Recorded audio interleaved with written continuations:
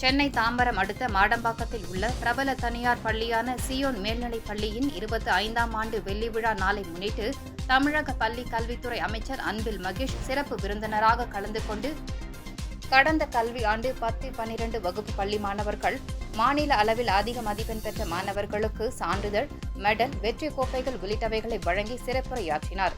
பின்னர் மாணவர்களின் வேண்டுகோளுக்கு இணங்க மாணவர்கள் பெற்றோருடன் அமர்ந்து பள்ளியின் ஆண்டு விழா நிகழ்ச்சியை கண்டுகளித்தார். இந்நிகழ்ச்சியில் பேசிய பள்ளி கல்வித்துறை அமைச்சர் அன்பில் மகேஷ், இந்த பள்ளியின் தாளாளர் தமிழக அரசின் சார்பில் பள்ளி கல்வித்துறை கூற வேண்டியதை பெரும்பாலும்வற்றை எடுத்துரைத்தார். மேலும் பள்ளியின் தாளாளர் மாநில சாரணையர் இயக்கத்தின் என்னுடன் பொருளாளர் பதவியில் பணியாற்றி வருகிறார். எனவே இவர் இந்த பள்ளியை கடந்த 25 ஆண்டுகளுக்கு முன் இந்த பகுதியில் ஆரம்பித்து பல்வேறு மாணவர்களுக்கு சிறப்பு வழிகாட்டியாகவும் முன்மாதிரியாகவும் திகழ்ந்து வருகிறார். தமிழக அரசு பள்ளி கல்வித்துறை மற்றும் இல்லாமல் உடற்பயிற்சியை விளையாட்டுத் துறையிலும் சிறந்து விளங்குகிறது. இதிலும் இந்த பள்ளி மாணவர்கள் அனைத்து விளையாட்டுகளும் கலந்து கொண்டு பரிசுகளை பெற்று வருவது பெரும் மகிழ்ச்சி அளிக்கிறது.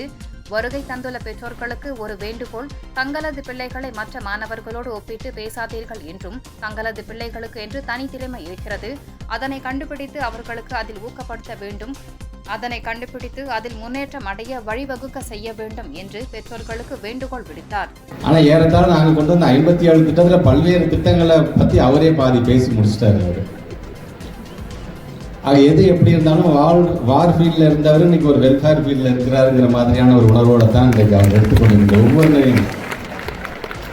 ஏன்னா ஸ்கவுட்ஸ் அண்ட் கைட்ஸ் வரும்போது பாரத சாரணி இயக்கத்தினுடைய மாநில தலைவர் நான், அவர் பொருளாளர்.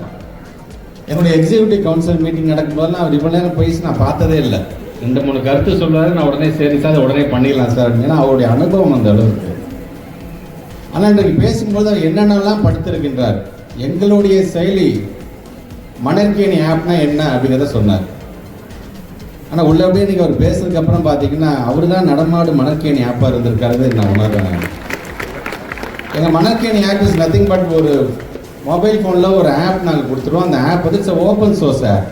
உலகத்தில் யார் வேணாலும் அதை டவுன்லோட் செஞ்சுட்டு அதை நீங்கள் பார்க்கலாம். நீங்கள் அதில் இப்போ நாங்கள் 6ஆம் வகுப்புலேருந்து 12ஆம் வகுப்பு வரைக்கும் நாங்கள் ஃபஸ்ட் இனிஷியலாக நாங்கள் பிளான் பண்ணது ஒரு 7000 வீடியோஸ் போடணும். எது சம்மந்தமான வீடியோஸ் என்று சொன்னால் ஒரு ஃபிசிக்ஸாக இருந்தாலும் சரி, கெமிஸ்ட்ரியாக இருந்தாலும் சரி, ஏன் மேத்தமேட்டிக்ஸாக இருந்தாலும் சரி, ஒரு தியரம் ஒரு லாவை நாம் வந்து விளக்கமாக சொல்ல வேண்டும் என்று சொன்னால் அதில் 3D 2D டயக்ராமில் அதை அழகாக எக்ஸ்பிளைன் பண்ணி ஒரு வீடியோஸ் இருக்கும்.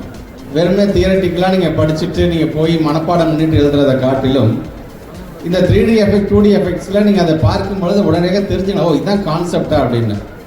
ஸோ அதுதான் அந்த மணற்கேணி ஆப்போடைய ஸ்பெஷாலிட்டி. ஸோ அதை இங்கே ரொம்ப அழகாக அவர் எடுத்து சொல்லியிருக்கிறாங்க.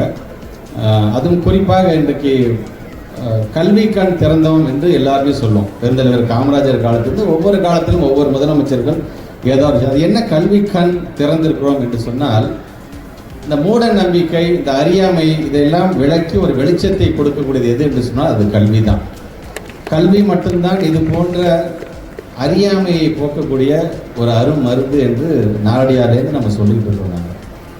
ஆக அந்த ஒரு ஃபீல்டில் இன்னைக்கு நம்முடைய விஜயன் சார் இறங்கி 25 வருடங்கள், சாதாரண விஷயம் இல்லை, 1 வருஷம் 2 வருஷம் இல்லை, 25 வருடங்கள் அப்ஸ் அண்ட் டவுன் சார் கண்டிப்பாக இருந்திருக்கும். இல்லாமலாம் ஒரு இன்ஸ்டிடியூஷன் நடத்திவிட முடியாது. இதெல்லாம் தாண்டி இந்த பகுதியுடைய மக்களுடைய நம்பிக்கையை பெற்றவராக இருக்கிறார். அதற்கு முதல் நான் பள்ளிக்கல்வித்துறை அமைச்சர் என்ற முறையிலே என்னுடைய பாராட்டுகளை அவரிடம் தெரிவிக்க நான் கடமைப்பட்டிருக்கிறேன். குறிப்பாக இந்த நிகழ்ச்சிக்கு நான் உள்ளே நுழையும் போது எங்களுடைய டிபார்ட்மெண்ட் ஸ்கவுட்ஸ் அண்ட் கைட்ஸை சார்ந்திருக்கின்ற அந்த மாணவ செல்வங்கள், என்னை வரவேற்று அழைத்து வந்த அனைத்து மாணவ செல்வங்களுக்கும் என்னுடைய பாராட்டுகள். ரொம்ப அழகாக இங்கே பிரேயர்ஸும் நம்முடைய தமிழ் தாய் வாழ்த்தும் பாடிய அந்த குழந்தைகள் ஒவ்வொன்றுக்கும் என்னுடைய வாழ்த்துக்கள். குறிப்பாக இது போன்ற நிகழ்ச்சிகளை கலந்து கொள்ளும் பொழுது என்னதான் பல்வேறு நிகழ்ச்சிகள் இப்போ இதை முடிச்சுட்டு அடுத்த காலையில் நான் திருச்சி மாவட்டத்துக்கு செல்ல வேண்டும், நாளைக்கு அங்கு பல்வேறு நிகழ்ச்சிகள், மீண்டும் நாளை மறுநாள் சென்னை வரைக்கும் இதெல்லாம் இருந்தாலும் இந்த மாணவ செல்வங்களை பார்க்கும் பொழுது, இந்த பெற்றோர்களை பார்க்கும் பொழுது, ஏன் குறிப்பாக என்னுடைய பெருமதிப்புக்குரிய ஆசிரியர் பெருமக்களை பார்க்கும் பொழுது எனக்கு அவ்வளோ ஒரு என்னை அறியாமல் ஒரு ஊக்கம் வந்துவிடும். எனக்கு இன்னும் அதிகமாக உழைக்கணும், இன்னும் அதிகமாக உழைக்கணும். இப்போ சார் சொன்ன மாதிரி தான் அவருக்கு எப்படி இது மாதிரியான ஒரு ஊக்கத்தை அன்றைய காலத்தை சார்ந்திருக்கின்ற ஆசிரியர்கள் பெற்றோர்கள் வழங்கினார்கள், இன்றைக்கு அதே போன்ற நீங்கள் எங்களுக்கு வழங்கி கொண்டிருக்கிறீர்கள். ஒரு ஆட்சி மாற்றம் ஏற்பட்ட பிறகு ஆல்மோஸ்ட் பார்த்தீங்கன்னா ஒரு 31 வருடங்கள் 31 மாதங்கள் ஆகியிருக்கின்றது. இந்த 31 மாதங்களுக்கு முன்பாக நான் ஒரு சட்டமன்ற உறுப்பினர், அவ்வளவுதான், ஒரு எதிர்க்கட்சியை சார்ந்திருக்கிற ஒரு எம்எல்ஏ. அந்த 5 வருஷம் சட்டமன்றம் நடக்கும் பொழுது எனக்கு அது ஒரு லேர்னிங் பீரியட் மாதிரி. எனக்கு அந்த லேர்னிங் பீரியட்ல நான் என்னென்ன பேசணும், என்ன பேசக்கூடாது, ஒரு அரசாங்கம் ஒரு திட்டத்தை எப்படி செயல்படுத்தப்படும்ங்கிறத அப்சர்வ் பண்ணக்கூடிய ஒரு எம்எல்ஏ, அவ்வளவுதான். ஃபர்ஸ்ட் டைம் எம்எல்ஏ பண்ணாங்க. அப்போ ஒவ்வொரு துறையும் சார்ந்து உள்வாங்கக்கூடிய என்னுடைய வழக்கம். பள்ளிக்கல்வித்துறை அமைச்சராக வருவேன், ஏன் அமைச்சராக வருவேன் கூட எனக்கு தெரியாது. ஆனால் ஒரு ஆட்சி மாற்றம் ஏற்பட்டப்போ நீங்கள் சொன்ன மாதிரி மிகப்பெரிய ஒரு சேலஞ்சில் தான் ஒரு கவர்மெண்ட் ஃபார்ம் ஆகுது. கொரோனா காலம். ஆக அந்த கொரோனாவில் இருந்து மீள வேண்டும் என்று சொன்னால் பள்ளிக்கூடத்தை எப்போ திறக்கும் நாங்களாம் கேட்டபோது மாண்பு தமிழ்நாட்டு முதலமைச்சர் சொன்னால் பள்ளிக்கூடம் திறப்பது ஒரு பக்கம் இருக்கட்டும். இந்த 2 வருஷமா குழந்தைங்க வெளியிலே போகாமல் வீட்டுள்ளே அடைஞ்சே இருந்தாங்க. அதில் எத்தனை குழந்தைங்க ஆன்லைன் கிளாஸில் படித்தாங்க, எத்தனை குழந்தைங்க வெறும் டிவி மட்டும் பார்த்துட்டு இருந்தாங்க, எத்தனை குழந்தைங்க வெறும்னா வீடியோ கேம்ஸ் மட்டும் ஆடிட்டு இருந்தாங்க, நமக்கு தெரியாது. ஆக அந்த அறிவு கதை மூடப்பட்டிருக்கின்ற அந்த அறிவு கதை முதலில் நாம் திறக்க வேண்டும் என்று சொன்னால் அதற்கான ஒரு திட்டத்தை நாம் செயல்படுத்த வேண்டும் என்று வந்த திட்டம்தான் இல்லம் தேடி கல்வி என்கின்ற ஒரு மிகப்பெரிய திட்டம் அது. ஆக இப்படி ஒவ்வொன்றையும் பார்த்து பார்த்து இன்னைக்கு நம்முடைய ஹானரபிள் சீஃப் மினிஸ்டர் இன்னைக்கு பல்வேறு திட்டங்கள் 57 வகையான திட்டங்களை நாம் தீட்டி இன்னைக்கு கொண்டு வந்திருக்கின்றோம். பெரிய சைக்காலஜிஸ்ட் தான் சொல்ற மாதிரி இன்றைக்கு நம்முடைய குழந்தைகளுக்கு அது இன்டெலிஜென்ட் கோஷன்ட்டாக இருந்தாலும் சரி, சோஷியல் கோஷன்ட்டாக இருந்தாலும் சரி, எமோஷனல் கோஷன்ட்டாக இருந்தாலும் சரி, இதெல்லாம் பார்த்தீங்கன்னா பொதுவாக நம்மிடம் இருக்கிறது தான். அது கல்வியாக இருந்தாலும், பண்பாக இருந்தாலும், ஒழுக்கமாக இருந்தாலும், திறமையாக இருந்தாலும், இதெல்லாம் நம்ம கற்றுத்தரக்கூடியவர்கள் யார் என்று பார்த்தால் நம்முடைய பெருமதிப்பிற்குரிய ஆசிரியர் பெருமக்கள். இது கற்றுத்தரக்கூடிய இடம் எது என்று சொன்னால் வகுப்பறை. ஸோ என்னதான் இருந்தாலும் பள்ளிக்கூடத்துக்கு சென்றால்தான் பிள்ளைங்களுக்கு இன்னும் அதுக்கான அந்த அறிவு வளரும் என்பதை உணர்ந்து உடனடியாக இந்த பள்ளிக்கூடத்தை திறப்பதற்கான ஏற்பாடுகளாம் செய்து இன்றைக்கு பள்ளிக்கூடம் இன்றைக்கு சரியாக முறையாக தமிழ்நாடு முழுவதும் நடைபெற்றுக் கொண்டிருக்கின்றது. ஆக இதை நான் சொல்வதற்கு காரணம் 34-35 அமைச்சர்கள் நாங்கள் இருக்கிறோம் என்று சொன்னால் இங்கே விஜயன் சார் சொன்ன மாதிரி தான் பேஸ் எதுன்னு பார்த்தீங்கன்னா ஒரு ஹியூமன் ரிசோர்ஸ், ஒரு நாட்டுக்கான ஹியூமன் ரிசோர்ஸை உருவாக்கி தரக்கூடிய பேஸ் எங்கேருந்து ஆரம்பிக்கும் என்று சொன்னால் ஸ்கூல் எஜுகேஷன் தான் ஆரம்பிக்கும். நாங்கள் ஃபீடர் கேட்டகரி. நாங்கள் அடுத்தது ஹையர் எஜுகேஷன் நல்ல ஹியூமன் ரிசோர்ஸ் நாங்கள் தான் கொடுக்கணும். ஸ்கில் டெவலப்மெண்ட், அவங்களை திறன் மேம்பாட்டின் மூலமாக அவர்களை மேம்படுத்தி அடுத்தது வேலைக்கு செல்வதற்கு எல்லாமே எங்கேருந்து வரும் என்று சொன்னால் அந்த மைண்டை செட் பண்ணக்கூடிய எழுதுன்னு பார்த்தீங்கன்னா இது போன்ற பள்ளிக்கூடங்கள் தான். ஆக அந்த இடத்தில் இன்றைக்கு நல்ல ஒரு 25 ஆண்டுகளை கடந்திருக்கின்ற ஒரு நிகழ்ச்சியிலே கலந்து கொள்வது என்பது மிகப்பெரிய ஒரு பெருமையாக நான் கருதுகின்றேன். ஏன்னா இந்த ஸ்கூலுக்கு நான் 20 நிமிஷத்துக்கு முன்னாடியே வரணும். சார் கொடுத்த லொக்கேஷனுக்கு இந்த ஸ்கூலுக்கு பின்பக்கம் போய் அங்கே சுற்றிக்கிட்டே இருக்கேன். நான் இந்த ஸ்கூலுக்கு இடம் தேடத்துக்கு இப்போ நினச்சேன், நான் கல்விங்கிறது அவ்வளோ சீக்கிரமாக கிடச்சிடாது, பள்ளிக்கூடங்கிறது எல்லாத்துக்குமே திறந்திருக்கல, அதை தேடி தேடி தான் நான் போகணுங்கிற நினைப்பு தான் எனக்கு வந்தது. இதுக்கு அவர்களாம் பேசும்போது பல்வேறு அச்சீவ்மெண்ட்ஸ் நாங்கள் பண்ணிட்டோம். நாங்கள் இன்னைக்கு இல்லை என்று சொல்லவில்லை. ஆனால் ஒன்று நல்லா தெரிஞ்சுக்கோங்க, பெற்றோர்கள் நீங்களாக இருந்தாலும் சரி, இங்கே வந்துருக்கின்ற மாணவ செல்வங்களே ஆசிரியர் பெருமக்கள் எல்லாம் அறிந்தது தான். ஸ்கூல் அப்படிங்கிறது பார்த்தீங்கன்னா உடனே நம்ம கிடச்சிச்சுன்னா கிடைக்கல. அன்றைக்கு இருந்த நீதி கட்சி தலைவர்களாக சர்பிட்டி தியாகராயாக இருந்தாலும் சரி, நடேசனராக இருந்தாலும் சரி, TM நாயர் போன்றவர்கள்லாம் அன்றைக்கு நம்முடைய மாணவ செல்வங்களுக்கு என்று தனியாக இங்கே ஒரு விடுதி ஆரம்பிக்க வேண்டும் என்று ஆரம்பித்தார்கள். அந்த விடுதியை ஆரம்பிக்கும் போது அந்த விடுதியில் தங்கியிருந்து நீங்கள் சார் சொன்னாங்க பார்த்தீங்களா, இது ஒரு பேக்வேர்டு பகுதியாக இருந்தது என்று. இந்த பகுதி மட்டும் இல்லை, ஒரு காலத்தில் ஒட்டுமொத்த தமிழ்நாடும் பேக்வேர்டாகத்தான் இருந்தது. இன்றைக்கு முற்போக்கு சிந்தனையை கொடுத்தது எது என்று சொன்னால் அது கல்வி தான். ஆக அந்த கல்வி இன்றைக்கு மிக சிறந்த ஒரு பள்ளிக்கூடமாக இன்னைக்கு ஜெயான் விளங்கி கொண்டிருக்கின்றது. அதுக்கு என்னுடைய பாராட்டுகள். ஆக அது போன்ற விடுதிகளை ஏற்படுத்தி அன்றைக்கு இருக்கின்ற தலைவர்கள் நம்முடைய பிள்ளைகளை படிக்க வச்சு, தங்க வச்சு, படிக்க வச்சு அடுத்தடுத்த கட்டத்திற்கு செல்லும் பொழுது அது போன்ற விடுதிகளை தங்கியிருந்து படித்தவர்கள் அந்த காலத்தில் இருந்த சுதந்திரத்துக்கு பிறகு வந்த முதல் நிதி அமைச்சராக இருந்த RK சண்முகம் அவர்கள், அதன் பிறகு சென்னையை சார்ந்திருக்கின்ற ஹைகோர்ட்டுடைய நீதிபதியாக வந்த சுப்பிரமணியன் அவர்கள், இவங்களாம் அதுக்கு படிச்சுட்டு வந்தவங்க. அப்படி படிச்சுட்டு வரக்கூடியவர்களை அந்த காலத்தில் எப்படி கொண்டாடினார்கள் என்று சொன்னால் இது போன்ற பட்டதாரிகளை அவர்கள் கொண்டாடின விதம் என்பது ஒவ்வொரு ஆண்டு விழாவும் அவங்களை அவ்வளோ பாராட்டுவாங்க, அவ்வளோ பாராட்டி பேசுவாங்க. ஏன் பேசுவாங்கன்னா, தம்பி நீ மட்டும் படிச்சுட்டு வந்தால் போதாது, உன்னை போன்ற இருக்கிறவர்களே நீ படிக்க தூண்டுதலாக இருக்கணும், நீ ஒரு அம்பாசிடராக இருக்க வேண்டும் என்று சொல்லி மற்ற பிள்ளைங்களை படிக்க உள்ள கூட்டிகிட்டு இருந்தாங்க.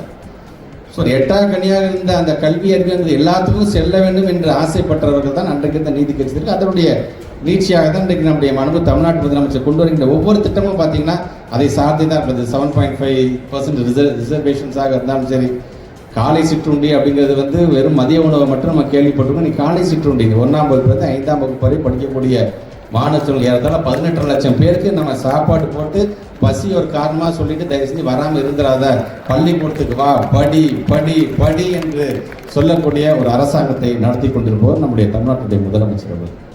இதில் நான் தனிப்பட்ட முறையில் ஒவ்வொன்றைக்கும் நம்ம சார் சொல்கிற மாதிரி தான் இன்றைக்கி பல்வேறு திட்டங்கள் கொண்டு இது இன்றைக்கு நாங்கள் விதைக்கிறோம். விதைக்கக்கூடிய விதை இன்னும் 2 வருஷத்தில் பலந்தரலாம், 3 வருஷத்தில் பலந்தரலாம், 5 வருஷம். ஆனால் இன்றைக்கான அந்த தொலைநோக்கு பார்வையை கொண்டு வந்தவர்கள் யார் என்று சொன்னால் அது நாங்கள் தான், எங்களுடைய திராவிட மாடல் ஆட்சி தான் என்பதை நாங்கள் பெருமையோடு எடுத்து சொல்வோம் நாங்கள். ஆக அப்படி எல்லோருக்கும் எல்லாம் என்பதை கொண்டு வரும்பொழுது எனக்கு தனிப்பட்ட முறையில் எனக்கு மிகவும் பிடித்த ஒரு திட்டமாக நான் பார்க்கக்கூடியது இந்த ப்ரீமியம் இன்ஸ்டிடியூஷன்ஸில் சார் பேசும்போது கூட அதை கொஞ்சம் தொட்டு பேசுங்க. இந்த ப்ரீமியம் இன்ஸ்டிடியூஷன்ஸில் சேரக்கூடிய குறிப்பாக நம்முடைய பிள்ளைகள், ஏன் குறிப்பாக நம்முடைய அரசு பள்ளியை சார்ந்திருக்கின்ற மாணவர்கள் அத்திப்பூத்த மாதிரி 2 பேர் 3 பேர் 12ஆம் வகுப்பு முடித்துவிட்டு ஐஐடியில் சேருவதாக இருந்தாலும் சரி, அல்லது நேஷனல் லா யூனிவர்சிட்டியில் சேருவதாக இருந்தாலும் சரி, நிஃப்டில் சேருவதாக இருந்தாலும் சரி, நிஃப்டமில் சேருவதாக இருந்தாலும் சரி, இதெல்லாம் பார்த்தீங்கன்னா அத்திப்பூத்த மாதிரி 1 பேர் 2 பேர் ஒட்டுமொத்த தமிழ்நாட்டில் சேர்ந்தால் பெரிய விஷயம். ஆனால் இன்றைக்கு நாங்கள் மாடல் ஸ்கூலுங்கிற ஒரு கான்செப்டை கொண்டு வந்து ஒரே வருஷத்தில் ஒட்டுமொத்த இந்தியாவில் மட்டும் இருக்கின்ற ப்ரீமியம் இன்ஸ்டிடியூஷன்ஸில் 274 ஸ்டூடெண்ட்ஸ் நாங்கள் அரசு பள்ளியை சார்ந்திருக்கின்ற மாணவர்களை சேர்த்திருக்கோம் என்று சொல்லும்போது அவர் சேர்த்தது மட்டுமல்ல, அந்த பிள்ளைகள் எங்கெங்கெல்லாம் சேர்ந்துருக்காங்க, நம்முடைய தமிழ்நாட்டில் எங்கெங்கே இந்த ப்ரீமியம் இன்ஸ்டிடியூஷன்ஸு, கேரளா மாநிலத்தில் எந்தெந்த ப்ரீமியம் இன்ஸ்டிடியூஷன்ஸு, அதே போன்று ஆந்திரா, கர்நாடகா, இந்தியாவில் இருக்கின்ற எல்லா இடத்துல எங்கெங்கே இருக்கிறோம் இன்றைக்கி நாங்கள் தேடி தேடி அதே மாநிலத்திற்கு சென்று அந்த பிள்ளைகளை அழைத்து அவர்களை நான் கௌரவித்துவிட்டு வந்து கொண்டிருக்கின்றோம். இன்னும் பெருமையோடு சொல்வேன், தாய்வானில் இருக்கின்ற ஸ்காலர்ஷிப்பில் ஒட்டுமொத்த இந்தியாவிலிருந்து 3 பேர் தான் செலக்ட் ஆகி போயிருக்கிறாங்க. அதில் 2 குழந்தைகள் நம்முடைய தமிழ்நாட்டை சார்ந்திருக்கின்ற அரசு பள்ளி மாணவர்கள் என்கின்ற பெருமை எங்களுக்கு உண்டு. ஸோ இதை தான் சார் பேசும்போது கூட, ஏன்னா அந்த ஜேஇனால என்னன்னு தெரியல, கிளாட்னா என்னன்னு தெரியல பிள்ளைங்களுக்கு. 12th முடிச்சுட்டா இன்ஜினியரிங் காலேஜில் சேரணுப்பா, 12th முடிச்சுட்டா எப்படியாச்சும் மெடிக்கலில் போய் நம்ம சேர்ந்துப்பா, அவ்வளோதான் இருந்தது. இன்றைக்கு அதை மாற்றி நாங்கள் கொண்டு வைக்கணும். நான் முதல் திட்டங்களுடைய அர்த்தம் என்ன? கிராம பகுதியை சார்ந்திருக்கின்ற பெற்றவங்களுக்கு தான் பிள்ளை 12th படிச்சுக்கப்போ என்ன படிக்க போகணும்னு தெரியாது. அவங்களுக்கு ஏதோ பக்கத்தில் ஒரு காலேஜ் இருக்குது, அதில் போய் சேருவான், இல்லை அவனுக்கு தெரிஞ்ச ஏதாச்சும் பாலிடெக்னிக் சேர்ந்துக்குவான், இல்லை எதுவுமே கிடைக்காட்டி ஐடியில் போய் சேர்ந்துக்குவான். இப்படி இருந்த பெற்றவங்களுக்கு இன்றைக்கு நாங்கள் ஒரு வழிகாட்டியாக இந்த நான் முதல் திட்டத்தின் மூலமாக கவலைப்படாதீங்க, நீங்கள் ஹையர் எஜுகேஷன் போகிறதுக்கு இத்தனை காலேஜஸ் இருக்குது, உங்கள் பையன் இந்த சப்ஜெக்டில் ஸ்ட்ராங்காக இருக்கிறாப்புல, அப்படி ஸ்ட்ராங்காக இருக்கிற குழந்தைகளுக்கான இந்த சப்ஜெக்ட்டுக்கு இந்த கல்லூரியில் இடம் இருக்கின்றது, இந்த கல்லூரியில் இதுக்கு முன்னாடி யார் யாரெல்லாம் படித்திருக்கிறாங்க தெரியுமா, அவங்க எங்கெங்கே வேலை பார்த்து கொண்டிருக்காங்க தெரியுமா, அவங்களுக்கு என்ன சம்பளம் வருகிறது என்று தெரியுமா என்பதற்கான ஒரு கெரியர் கைடன்ஸை கொடுக்கக்கூடியதான் இந்த நான் முதல்வன் திட்டம். ஸோ இதை இன்றைக்கு நம்முடைய தமிழக அரசு அதை தொடர்ந்து இன்றைக்கி அதை செய்து கொண்டிருக்கின்றது. இது அரசு பள்ளியை மட்டுமல்ல, எங்களை பொறுத்த வரைக்கும் மாநிலத்தில் இருக்கின்ற அனைத்து விதமான பள்ளிகளும், அது மெட்ரிகுலேஷனாக இருந்தாலும் சரி, ஸ்டேட் போர்டாக இருந்தாலும் சரி, அது சிபிஎஸ்சியாக இருந்தாலும் சரி, நம்ம மாநிலத்தில் படிக்கிற பிள்ளைங்க அனைத்து பிள்ளைங்களும் நம்ம பிள்ளைங்க தான் என்கிற வகையில் தான் இது போன்ற திட்டங்களை இன்றைக்கு நாம் கொண்டு வந்து கொண்டிருக்கிறோம். அதில் நீங்களும் பயனாளியாக இருக்க வேண்டும். அது மட்டுமல்ல, இங்கே வருகை தந்திருக்கின்ற பெற்றோர்களுக்கு நான் வைக்கின்ற வேண்டுகோள் ஒன்று தான், தயவுசெய்து நம்முடைய பிள்ளைகளை மற்ற பிள்ளைகளோட கம்பேர் பண்ணிடாதீங்க. நம்ம பிள்ளைக்கும் தனி திறமை இருக்கின்றது, அந்த திறமையை கண்டுபிடிக்க வேண்டியதான் பெற்றவங்களுடைய கடமை.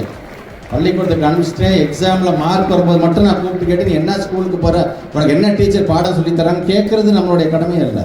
பள்ளிக்கூடத்துக்கு போயிட்டு வந்துட்டா பிள்ளை ஈவினிங் வந்ததுக்கு அப்புறமேட்டு மூஞ்சி கை காலை கழுவிட்டு என்ன பண்ணுறான், டிவி பார்க்குறாரா, ஃபோனில் விளையாண்டுட்டு இருக்காரா, இல்லை கொடுத்த ஹோம்ஒர்க் எழுதுறாரா, இல்லை ஸ்கூலில் சொல்லி கொடுத்த பாடத்தை படிக்கிறாரா அப்படிங்கிறத நம்மளை அதட்டி மிரட்டி அவங்களை நாங்கள் ப்ரெஷர் கொடுத்து பாருங்க சொல்லார்.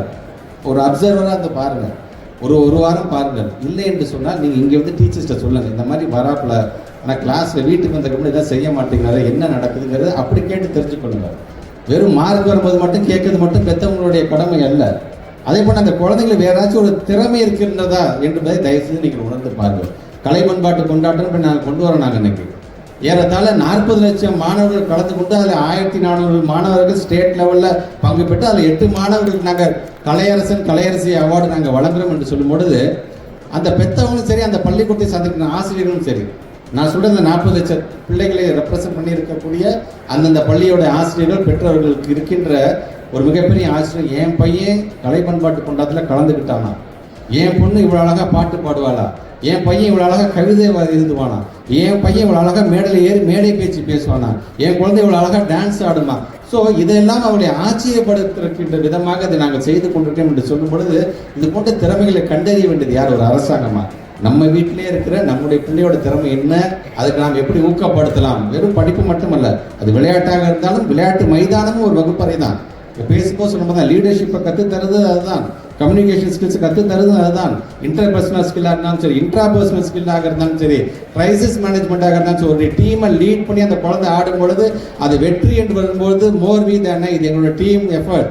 தோல்வியை அதை நானே ஏற்றுக்கிறேன், நீ அந்த தப்பு வராமல் நான் பார்த்துக்கொள்கிறேன், அந்த லீடர்ஷிப்பை கொடுக்கக்கூடியதும் அந்த மைதானம் தான். ஆக அதுவும் எங்களை பொறுத்தவரை ஒரு வகுப்பறை தான். அதனால தான் இன்றைக்கி நம்முடைய honourable sports minister Udhayanidhi Stalin அவர்கள் பல்வேறு திட்டங்களை ஸ்போர்ட்ஸ் ரிலேட்டடாக நீ கொண்டு வந்து கொண்டிருக்கிறார். இதெல்லாம் சேர்ந்து தான் ஹோலிஸ்டிக் எஜுகேஷன் சொல்கிறோம், இன்க்ளூசிவ் எஜுகேஷன் சொல்கிறோம். எல்லாருக்கும் எல்லாம் என்பதை கொண்டு வரக்கூடிய இடம் எது என்று சொன்னால் இது போன்ற பள்ளிக்கூடங்கள் தான்.